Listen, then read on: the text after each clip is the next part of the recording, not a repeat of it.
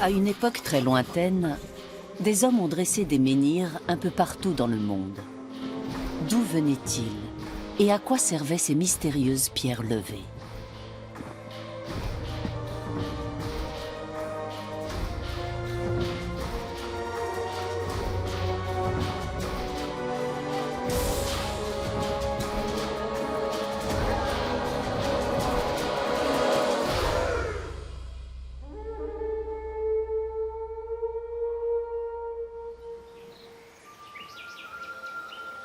De nombreux monuments préhistoriques sont cachés sous la terre depuis des millénaires. Ils ont été ensevelis délibérément par leurs bâtisseurs. Certains sont mis au jour par le vent ou les vagues.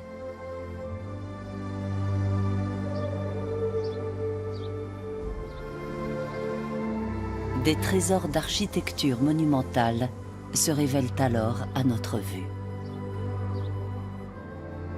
Les mégalithes sont des structures en pierre érigées par l'homme bien avant les pyramides. C'est une prouesse technique et logistique qui symbolise l'impossible. On trouve des mégalithes dans de nombreuses parties du monde. Partout, ils traduisent la même aspiration à l'élévation. À Malte, ce sont de véritables temples. L'emplacement géographique exceptionnel et le caractère monumental de ces structures indiquent, selon moi, qu'elles n'ont pas été érigées pour un usage domestique, mais cultuel.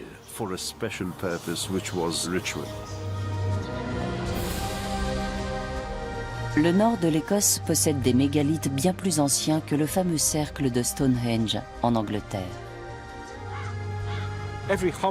Chaque irrégularité de terrain est susceptible de cacher des vestiges archéologiques.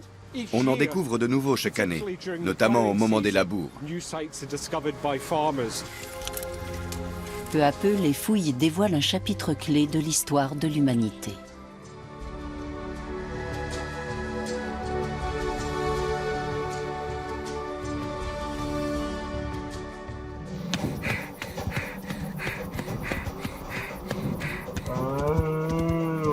L'Europe a été peuplée de chasseurs-cueilleurs jusqu'à ce qu'une révolution s'opère il y a 12 000 ans.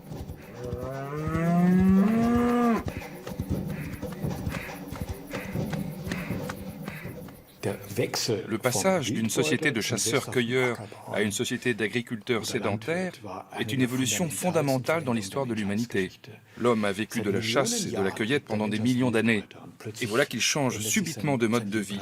C'est un changement bien plus radical que le passage à l'ère numérique ou à l'ère industrielle. La butte de Göbekli Tepe est située en Anatolie, dans le sud-est de la Turquie. L'archéologue allemand Klaus Schmidt a été le premier à la fouiller en 1994.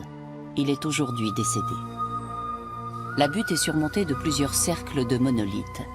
Les piliers pèsent jusqu'à 20 tonnes et sont ornés de magnifiques bas-reliefs. L'archéologue autrichienne Barbara Oerich participe aux fouilles du Göbekli Tepe, qui signifie littéralement « la colline au nombril ». L'architecture symbolique du Göbekli est une grande découverte archéologique. C'est peut-être l'un des monuments les plus importants du monde. Elle symbolise aussi le début du néolithique. L'ensemble architectural du Göbekli Tepe a été bâti par des chasseurs-cueilleurs avant la sédentarisation de l'homme.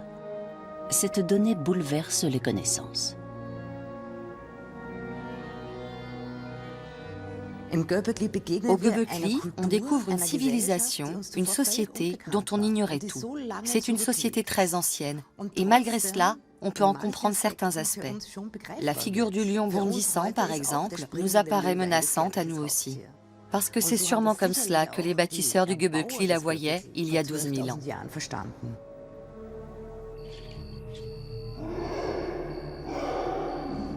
Au temps de la préhistoire, les phénomènes surnaturels et les mondes parallèles étaient sans doute des réalités évidentes au quotidien.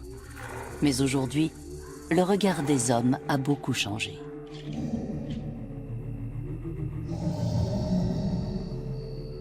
La grue symbolise peut-être l'air qui relie la terre au ciel. Le scarabée et le serpent se retrouvent dans de nombreuses mythologies. L'homme préhistorique vit dans un monde animal chargé d'énergie. Il ne voit pas de frontière marquée entre l'ici-bas et l'au-delà. Mais pour le reste, son système de pensée demeure un mystère.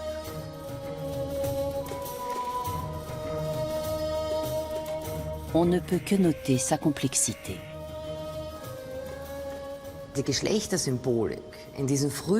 La symbolique des sexes est évidemment très complexe dans les phases initiales du Göbekli. On ne peut faire que des supputations.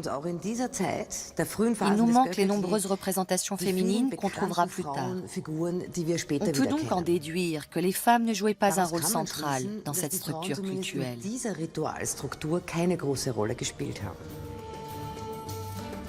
L'équipe d'archéologues qui fouille la colline n'a mis au jour qu'une infime partie du sanctuaire. Mais elle sait avec certitude comment il a fini, enseveli sous terre. Les premières générations d'hommes sédentaires vont ensevelir un certain nombre de constructions. Ils les recouvrent de terre et les dissimulent entièrement. Ce faisant, ils en interdisent l'usage matériel. Mais il est fort possible qu'ils aient gardé pendant très longtemps le souvenir de ces constructions. Ce n'est pas un hasard si la colline est restée inoccupée durant des millénaires. Les premiers agriculteurs ont peut-être enterré les mégalithes pour signifier qu'ils rejetaient le système de pensée de leurs prédécesseurs. L'homme s'est sédentarisé et le site a perdu sa signification première.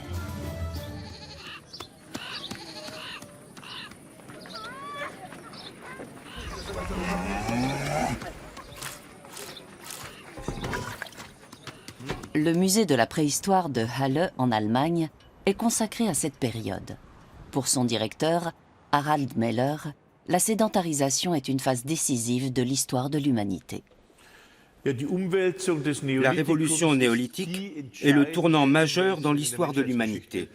Vous voyez ici des milliers de haches de pierre datant du néolithique.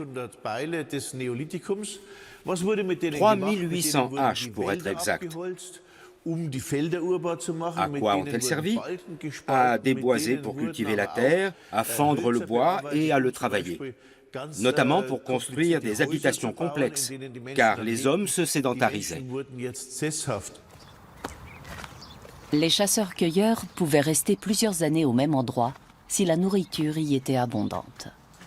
Mais on ne peut pas parler de véritable sédentarité. La révolution néolithique, c'est autre chose. La sédentarisation de l'homme est le problème cardinal, le péché originel. L'homme vit de la chasse et de la cueillette durant des milliers d'années.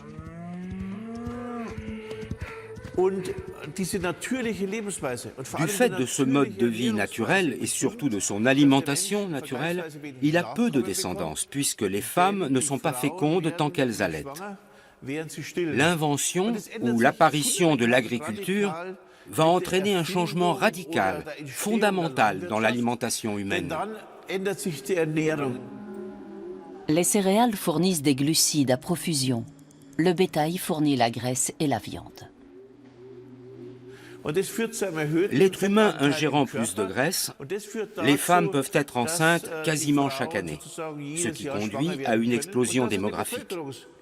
Ce boom démographique est une invention du néolithique et il se poursuit encore. C'est notre principal problème à l'échelle de la planète. Les hommes sont plus nombreux et doivent partager l'espace. Ils se regroupent dans des habitations communautaires ou des villages. Des archéologues tentent de reconstituer la vie quotidienne de nos ancêtres de manière expérimentale pour étudier leur architecture et leur artisanat.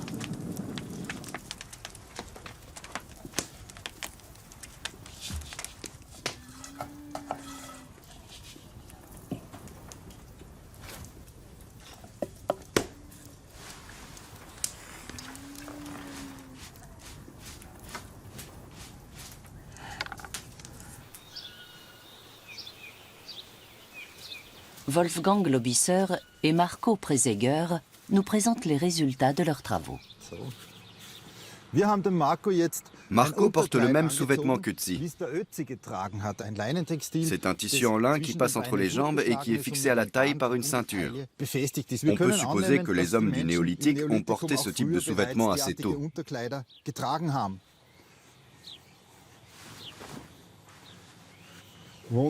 Parfait. Le pantalon tel que nous le connaissons apparaît seulement avec les Celtes, vers 500 avant notre ère. On peut imaginer des chaussures très simples en cuir, comme celle-ci. Tu peux t'asseoir pour les enfiler. Impeccable. Les hommes du néolithique élevaient des moutons et travaillaient leur laine. Il a fallu 8 moutons pour fabriquer ce manteau. Avec ce genre de vêtements, on était sûrement paré pour l'hiver. C'était très pratique en cas de grand froid. Ça permettait de rester dehors. Les hommes préhistoriques utilisaient des colorants pour décorer leurs habitations et réaliser des peintures corporelles.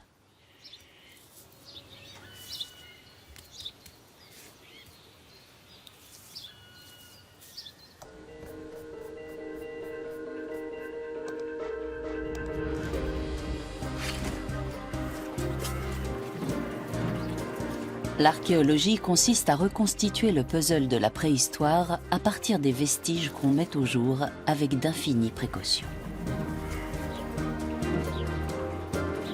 Les archéologues adorent les tessons. Les céramiques sont si caractéristiques d'une société qu'on a nommé des civilisations entières d'après les décors de leur poterie. La culture rubanée, par exemple, produisait des céramiques ornées de rubans. Elle fut la première société agricole d'Europe. Les sépultures sont une mine d'informations pour les archéologues. Elles contiennent du mobilier funéraire, mais surtout des restes humains. Un expert pourra tirer une foule d'indications des ossements. Il pourra dire si un défunt a été inhumé correctement ou si ses os ont été rongés par des bêtes, par exemple. Maria Teschler-Nicolas a dirigé le département d'anthropologie du Muséum d'histoire naturelle de Vienne. Elle lit dans les squelettes comme dans un livre ouvert.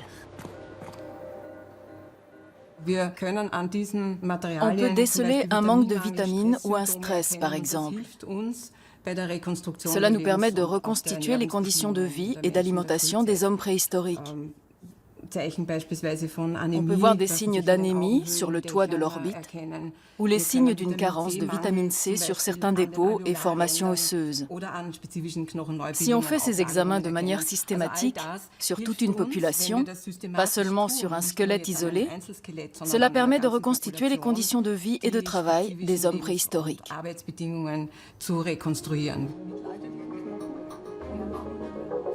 La datation des vestiges est une étape cruciale. En la matière, le carbone 14 a permis de grands progrès. Et depuis une vingtaine d'années, l'analyse génétique révolutionne l'archéologie.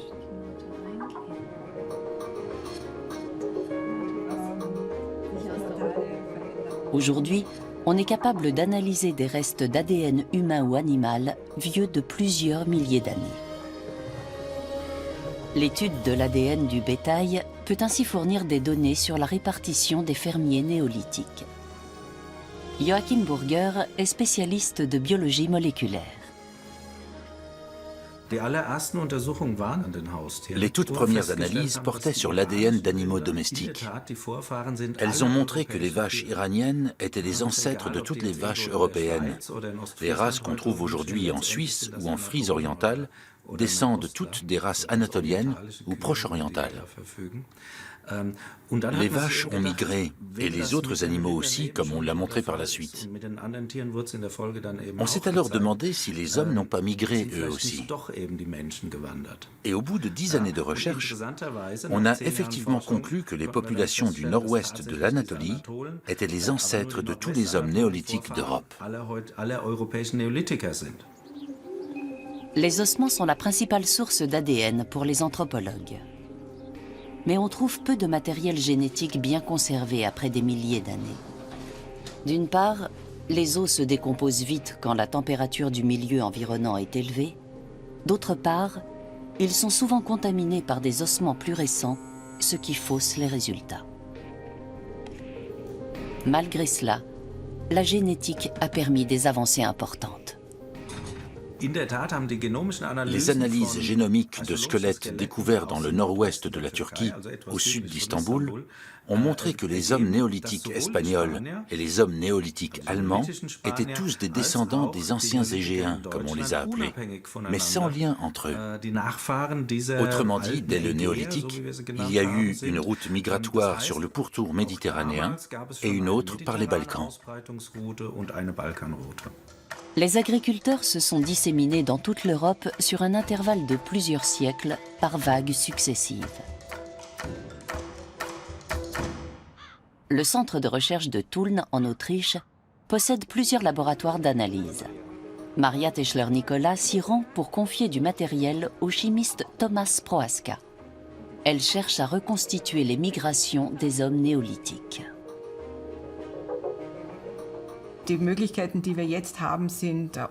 Aujourd'hui, on dispose de méthodes d'analyse bien plus performantes qu'il y a 20 ans.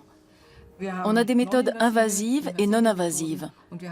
En anthropologie, on utilise beaucoup l'analyse isotopique depuis une quinzaine d'années pour reconstituer des changements de résidence ou des déplacements de population à la préhistoire. Le chimiste analyse une dent vieille de 5000 ans. La composition de l'émail ne se modifie plus après l'enfance. Elle peut donner des indications sur la région dans laquelle un individu a grandi. On emploie la même méthode dans le contrôle alimentaire pour vérifier que l'origine d'une fraise est conforme aux indications fournies par le distributeur, par exemple. L'analyse isotopique permet de déterminer l'origine ou la provenance de tout être vivant, aussi bien des végétaux et des animaux que des hommes. Les résultats d'analyse nous confirment qu'il y a eu une migration, et pas simplement une acculturation, un transfert d'idées. En d'autres termes, ces hommes ont colonisé l'Europe.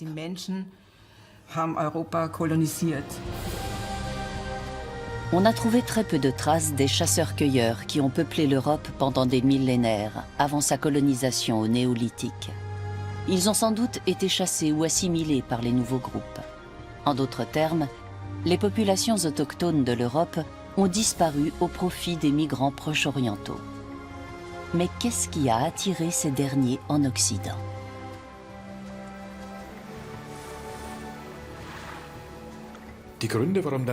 Les raisons qui ont poussé l'homme à migrer hors de son territoire sont assez obscures. Je ne pense pas que c'était lié à un problème de surpopulation. Pas à cette époque reculée de l'humanité, tout simplement parce que la densité de population était très en deçà de ce qu'elle est aujourd'hui.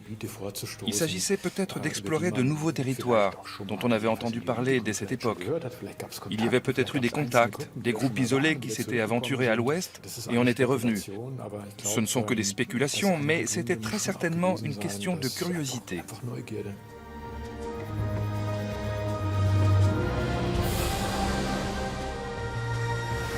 Les chasseurs-cueilleurs sillonnaient la mer comme nous sillonnons aujourd'hui les terres.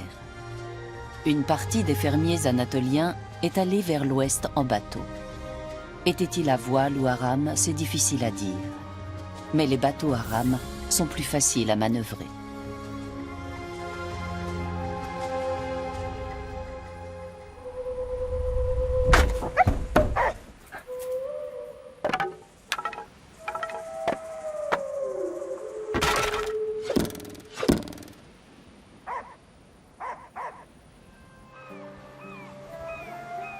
Les explorateurs se répandent peu à peu en Méditerranée.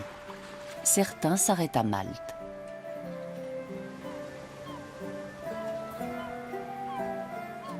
Situé à quelques 80 km au sud de la Sicile, l'archipel de Malte compte aujourd'hui 3 grandes îles habitées, Malte, Comino et Gozo. Partant clair, on aperçoit la Sicile depuis Gozo et inversement. On peut donc supposer que les populations siciliennes étaient relativement curieuses à l'égard de cette terre qu'elles voyaient à l'horizon.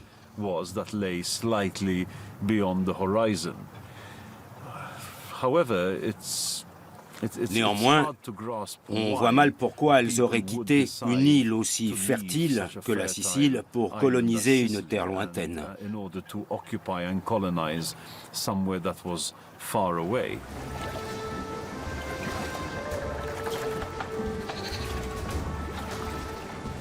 Des hommes d'Anatolie sont peut-être partis en éclaireurs, suivis ensuite par leurs tribus.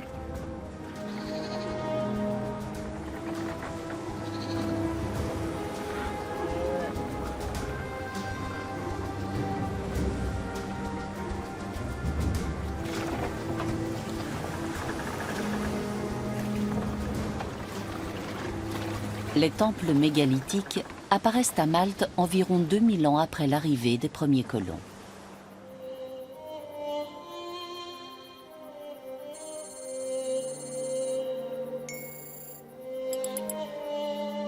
À l'heure actuelle, ces constructions monumentales posent plus de questions qu'elles n'apportent de réponses.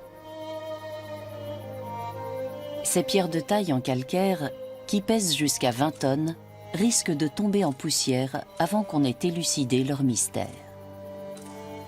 Timmy Gambin les photographie pour tenter de sauver ce qui peut encore l'être.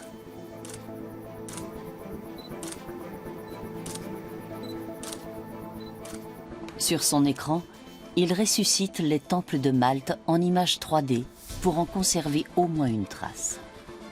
Mais c'est une course contre la montre.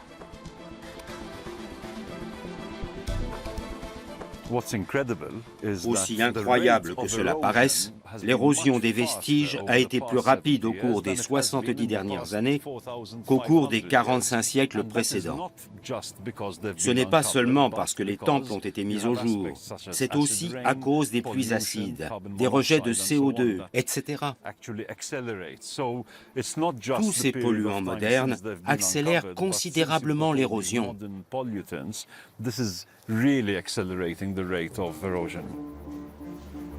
Sur l'île de Malte, les vestiges du temple de Agarkim attirent les touristes.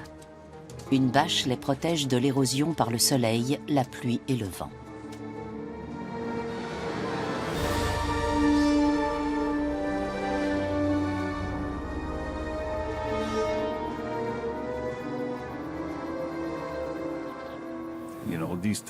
Ces temples ont 1000 ans de plus que le cercle de pierre de Stonehenge.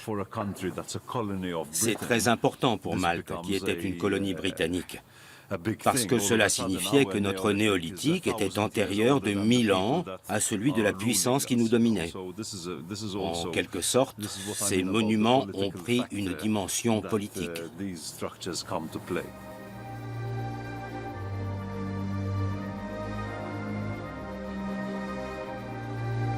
Qu'espéraient les hommes du néolithique en construisant ces édifices grandioses? Que veulent les hommes? Avoir une vie confortable, être épargnés par la faim et les maladies? Pour cela, il fallait avoir les faveurs des dieux. Un moyen de l'obtenir était de leur construire des monuments. Voici Agarkim débarrassé de sa bâche. On peut décrire les monuments préhistoriques et les reconstituer. Mais on ne peut que spéculer sur leurs fonctions, sur les cérémonies qui s'y déroulaient peut-être, sur ceux qui y étaient admis et ceux qui ne l'étaient pas.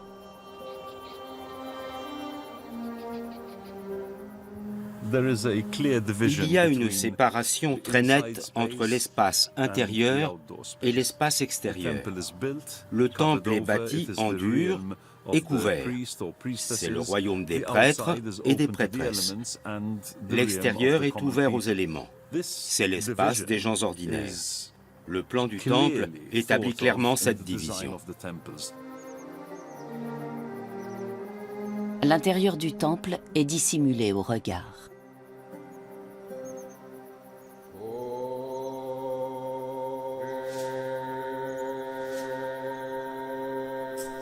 Mais une ouverture dans la pierre permet une liaison acoustique avec l'intérieur. Les archéologues l'appellent le trou de l'oracle. Quel dieu les Maltais vénéraient-ils? Quelles offrandes leur faisaient-ils?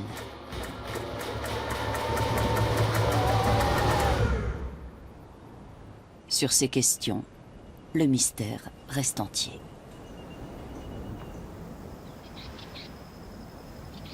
Les temples de Malte ont été utilisés durant 2000 ans, puis ils ont été abandonnés. Pourquoi ? C'est difficile de trouver une certaine constance. C'est d'ailleurs typique des cultures préhistoriques. On n'a pas d'institutions qui se transmettent de génération en génération, comme l'écriture, la prêtrise ou la dynastie, qui sont essentielles dans l'évolution culturelle. Tant qu'on n'atteint pas cette phase, les civilisations ne durent pas. Les civilisations préhistoriques ne durent jamais.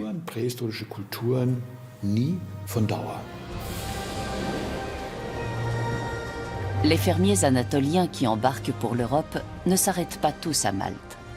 Certains poursuivent leur route au-delà de la péninsule ibérique et colonisent la Bretagne.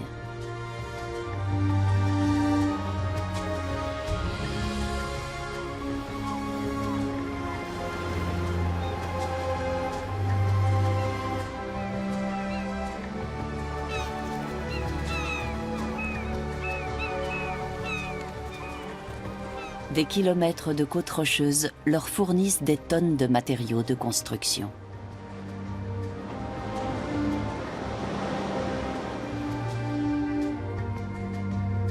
Fascinés par la pierre, ils bâtissent une civilisation qui demeure l'une des plus grandes énigmes du début du néolithique.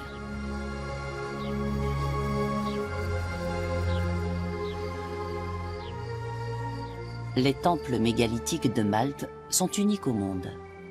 Mais les alignements de Karnak sont tout aussi exceptionnels.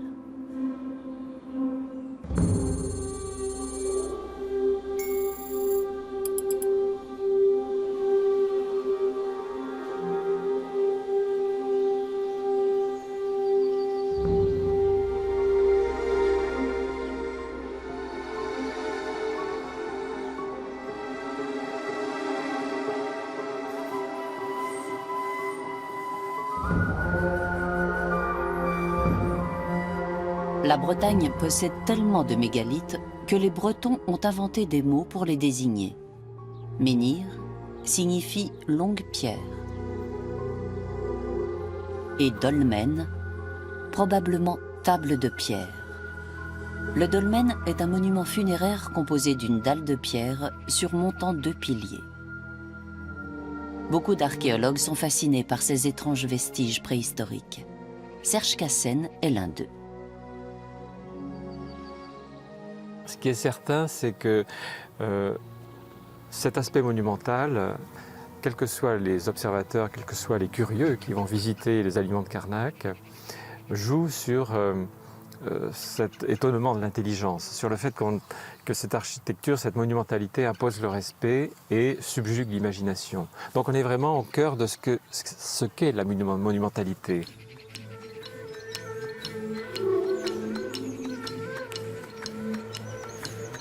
Les alignements de Karnak s'étendent aujourd'hui sur plus de 3 km, mais ils couvraient autrefois une surface bien plus grande.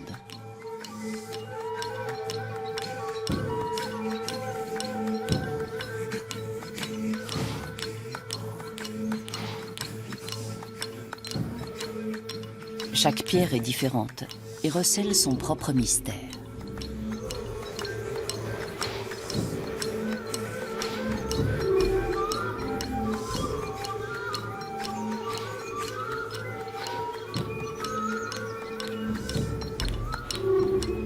Faut-il voir dans Karnak une démonstration de force, les traces d'une manifestation surnaturelle ou de simples pierres tombales? Les théories sont nombreuses.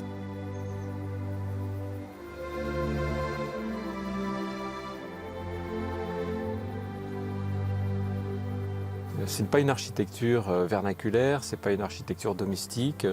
On n'en connaît pas vraiment la fonction, mais il faut vraiment la définir en tant qu'élément d'architecture. Les alignements partent de la côte pour s'enfoncer dans les terres.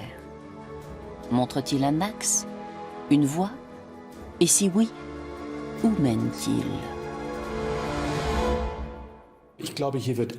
Carnac nous montre un aspect qui est vrai pour tous les monuments mégalithiques.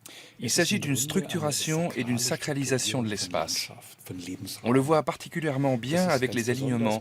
C'est un agencement visible de l'espace à des fins religieuses.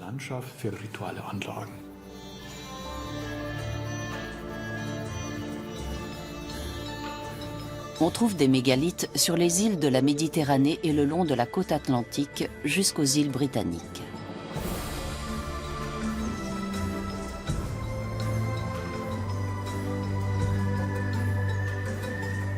On peut en voir également sur les côtes de la mer du Nord et de la Baltique. Mais il n'y a aucun exemple de mégalithisme en Hongrie, en Autriche ou encore dans le sud de l'Allemagne, des régions où les migrants sont arrivés par la voie terrestre. Pourquoi ?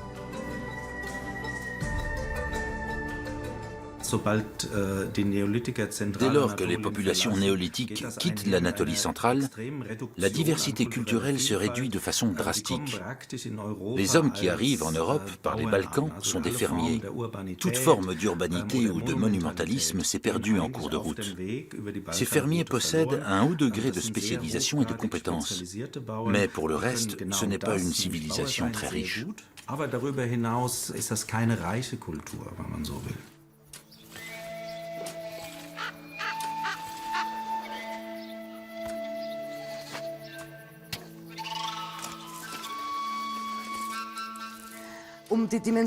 Pour donner des repères chronologiques, entre le croissant fertile et l'Autriche, il y a un intervalle de près de 5000 ans.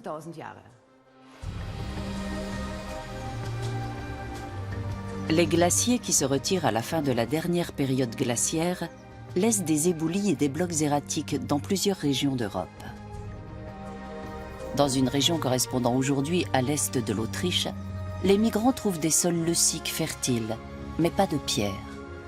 Ils devront utiliser d'autres matériaux de construction. Dans les années 1980, des photographies aériennes ont révélé des irrégularités de terrain circulaires dans le bassin du Danube.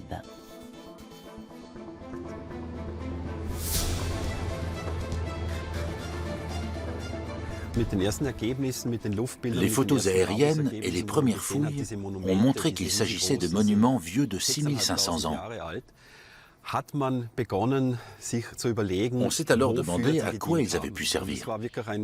Il y a eu beaucoup de discussions à ce sujet vers le milieu des années 1980. Certains imaginaient des places fortes, d'autres des lieux de rassemblement, d'autres encore des temples ou des enclos à bêtes.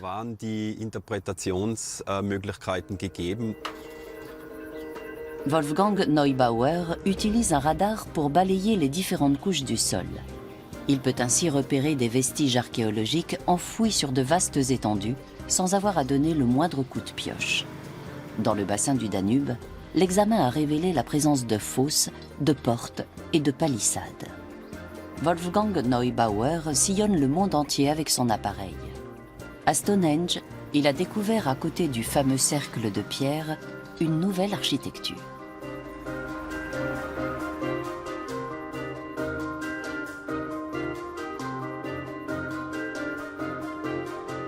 Les cercles préhistoriques autrichiens ne sont visibles du ciel qu'à certaines saisons et ils sont exposés à l'érosion.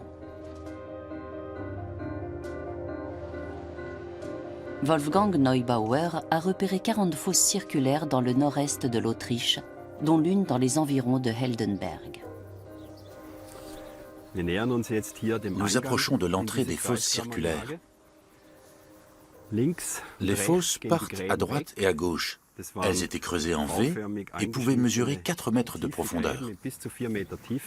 C'était certainement très impressionnant quand on y pénétrait. La forme circulaire est visible sur les photographies aériennes et les images radar, mais elle n'est pas visible quand on est au sol.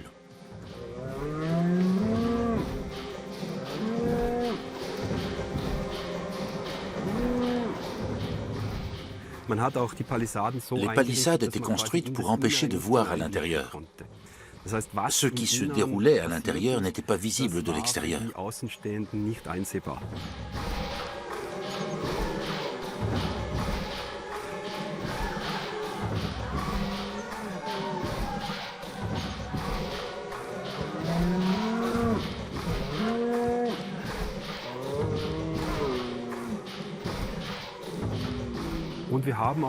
L'acoustique était très particulière.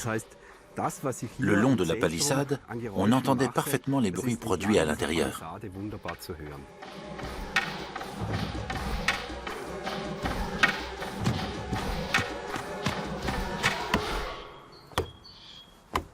Ces lieux d'exception avaient plusieurs fonctions.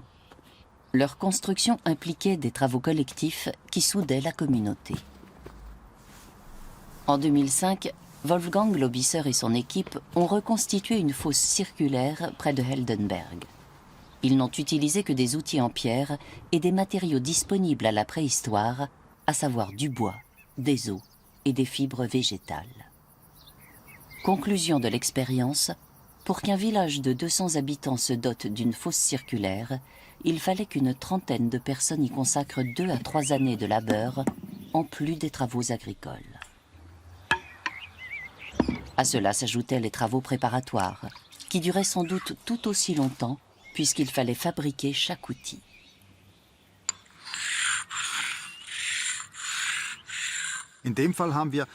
On a fabriqué une hache d'après un modèle qu'on a mis au jour dans la région. Les connaissances empiriques obtenues en archéologie expérimentale ont montré que cet outil était utilisé pour travailler le bois. Il est muni d'un manche coudé, obtenu à partir d'un tronc d'arbre et de sa branche. La lame est fixée avec du liberdorme ou de tilleul, voire comme ici, avec des bandelettes de peau. Au néolithique, certaines tâches étaient probablement effectuées par des spécialistes, mais il n'existait pas encore de métier au sens moderne. Les savoirs se transmettent oralement de génération en génération. Les outils du néolithique ne permettaient pas de travailler le bois sec. On ne pouvait travailler que le bois vert, fraîchement coupé. Un chêne coupé depuis un an ne pouvait sans doute plus servir. Les archéologues ont également construit des habitations d'après les plans visibles sur les images radars. Des analyses du sol ont permis de savoir quelles essences poussaient autrefois dans la région. Quant aux techniques de construction, Wolfgang Lobisser s'est inspiré de celles encore utilisées de nos jours dans les sociétés archaïques.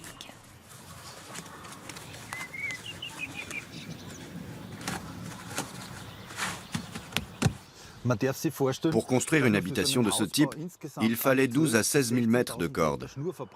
Pour les produire, on mettait quasiment autant de temps que pour tout le travail du bois. D'après nos calculs, une famille devait consacrer 3 à 4 hivers à fabriquer des cordes à partir du liberdorme et de tilleul.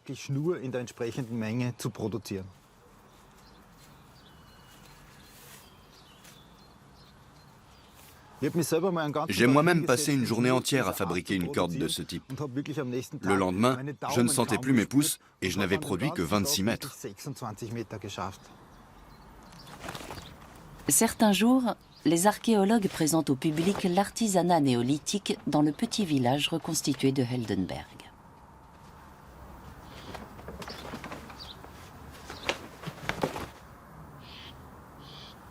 Mais ces maisons ne sont pas conçues pour durer des siècles. Nous estimons que ces bâtiments dureront une cinquantaine d'années. Cela correspond aux données empiriques que nous avons recueillies. Heureusement, dans d'autres régions, l'homme du néolithique a laissé des constructions en pierre qui nous livrent quantité d'informations, à commencer par les lieux de peuplement. Il y a de nombreuses sépultures au Danemark et dans le nord de l'Allemagne.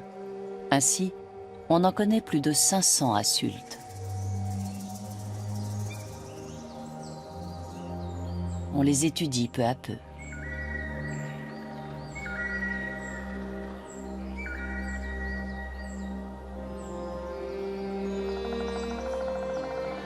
Ces architectures de pierre duraient dans le temps. beaucoup ont été utilisés pendant plusieurs siècles. Ces tombes mégalithiques étaient des lieux d'identité, où l'homme trouvait une confirmation de lui-même et où il pratiquait ses rites. En ce sens, c'étaient des repères sociaux pour les hommes de l'époque.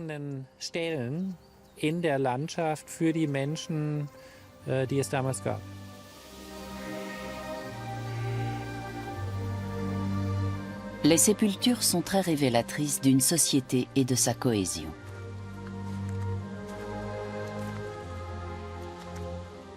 Les tombes mégalithiques sont des sépultures collectives ouvertes où on enterre régulièrement des individus. Mais on y préserve aussi l'individualité des morts. Au début du néolithique, la société passe avant l'individu. Les personnes les plus respectées sont celles en capacité de distribuer des biens. Au fil du temps, les céramiques deviennent plus raffinées. Cette coupe richement décorée provient d'une tombe mise au jour à Lüdelsen, dans le nord de l'Allemagne. Les offrandes et le mobilier funéraire nous renseignent non seulement sur la société néolithique et sa conception de la mort, mais aussi sur les rapports entre les sexes.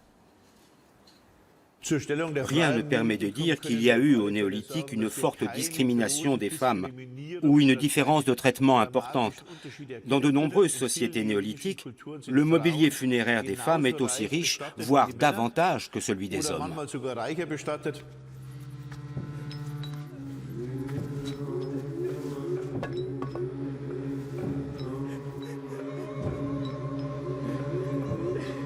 Mais le mobilier funéraire permet-il vraiment de connaître le rôle dévolu aux femmes dans la société néolithique?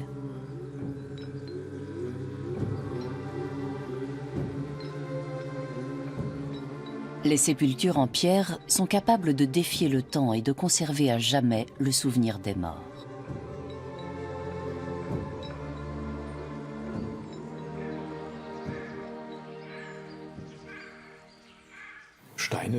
La pierre est le premier élément dont on dispose pour reconstituer l'architecture aussi bien des temples que des tombes. Si ces constructions n'avaient pas été en pierre mais en bois, il y aurait très peu de vestiges et on ne pourrait qu'imaginer la monumentalité des constructions. Mais la pierre demeure et elle nous donne une idée de ce qu'était la monumentalité dans la préhistoire, surtout dans le cas des constructions mégalithiques.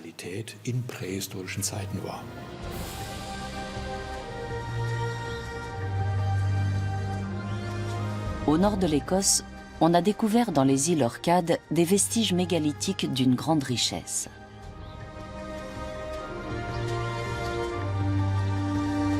Nick Card dirige le chantier de fouilles ouvert en 2002.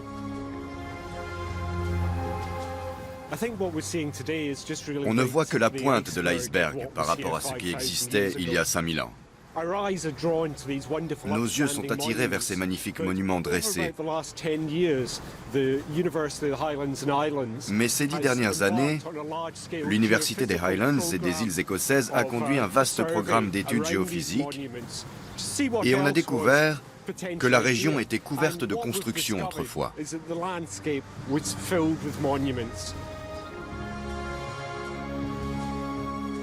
On a trouvé des sanctuaires, des habitations, des tombes. Le nombre et la variété des vestiges néolithiques des Orcades sont uniques au monde. Les plus notables sont le tumulus de Mesho,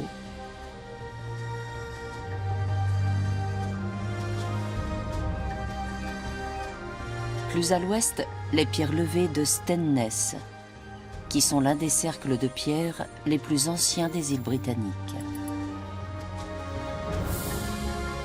150 mètres plus loin, le village de Barnhouse. La Watchstone, un monolithe de plus de 5 mètres de haut qui garde l'entrée d'une étroite péninsule.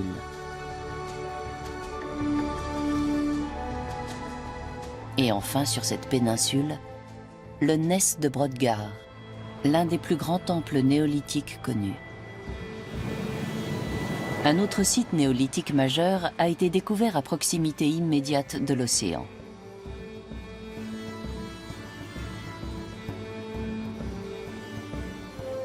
Il s'agit du village de Skarabré. Une grande partie du site a été couvert pour le protéger de l'érosion naturelle et son accès est interdit, sauf aux archéologues.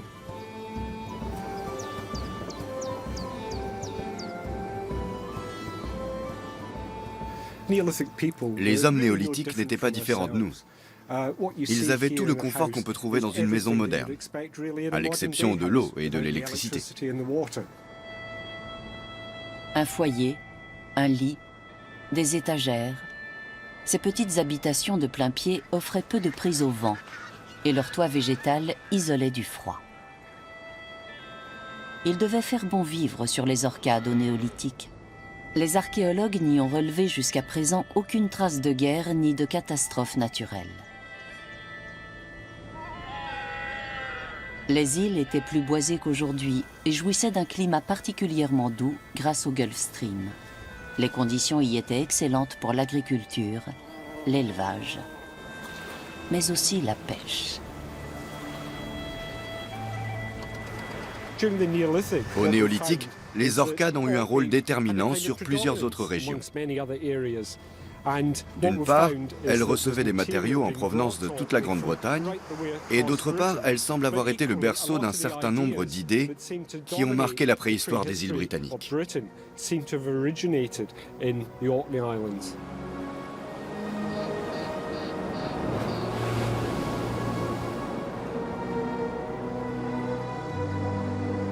Le cercle de pierre des Orcades a-t-il été le modèle des autres cercles des îles britanniques? Aujourd'hui, on est capable de retracer les migrations.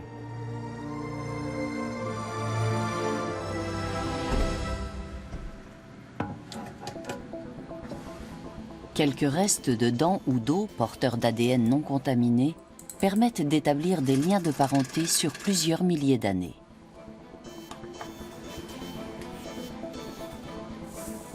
On a ainsi établi que les populations néolithiques d'Europe descendaient des anciens Anatoliens. Mais ce n'est pas tout.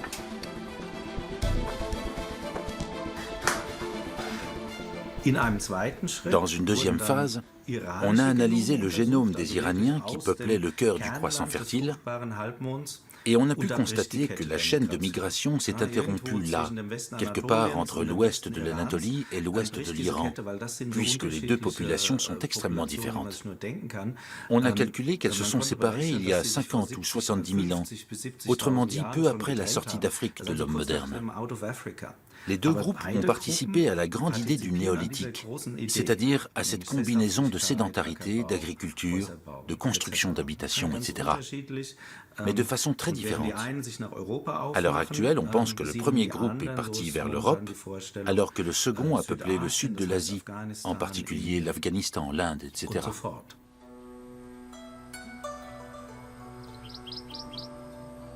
La révolution néolithique s'est donc diffusée sur deux voies similaires mais distinctes, l'une vers l'Occident et l'autre vers l'Orient.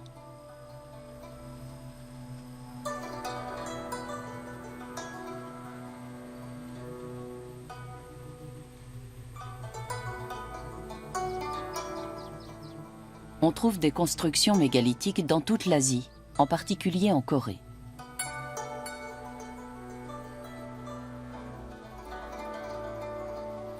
Dans ce pays, les astres occupent une place importante dans la mythologie et l'homme a gravé des constellations d'étoiles sur des mégalithes jusqu'à une époque assez récente. Malheureusement, leur datation est difficile car plusieurs périodes peuvent être présentes sur une même pierre.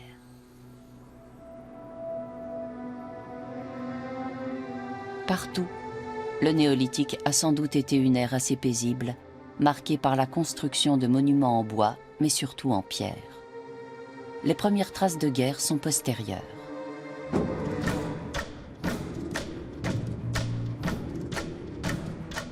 Les rapports humains changent à l'âge du bronze. Les hommes accordent davantage d'importance aux possessions matérielles et les hiérarchies sociales apparaissent. On a trouvé la trace de villages entièrement rasés par des pilleurs. À la fin du néolithique, on assiste à une forte montée de la violence. Les hommes deviennent des guerriers. Il faut savoir que les chasseurs-cueilleurs ne sont pas des guerriers. Ils ne trouvent pas la mort à la guerre. Il n'y a pas de guerre dans les sociétés de chasseurs-cueilleurs. Il n'y a que des agressions.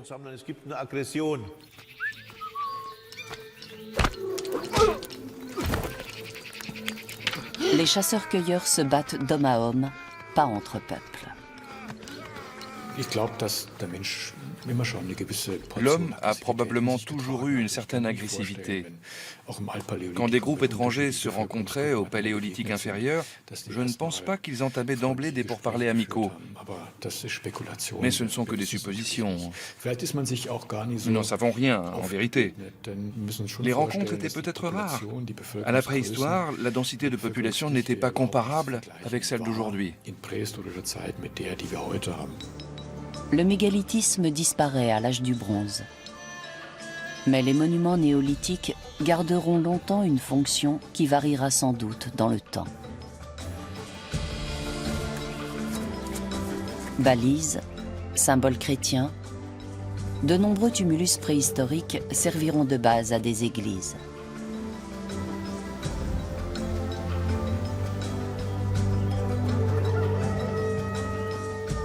Les pierres feront aussi d'excellents matériaux de construction. De nos jours, les églises, les mosquées et les synagogues ont remplacé les temples de nos ancêtres. Les hommes vivent regroupés en petites cellules familiales dans de gros villages qui sont devenus des villes. Mais l'élevage et l'agriculture sont toujours au cœur de leur alimentation. Tous ces aspects de la vie des hommes néolithiques sont présents dans nos sociétés modernes, davantage que nous ne pouvons l'imaginer.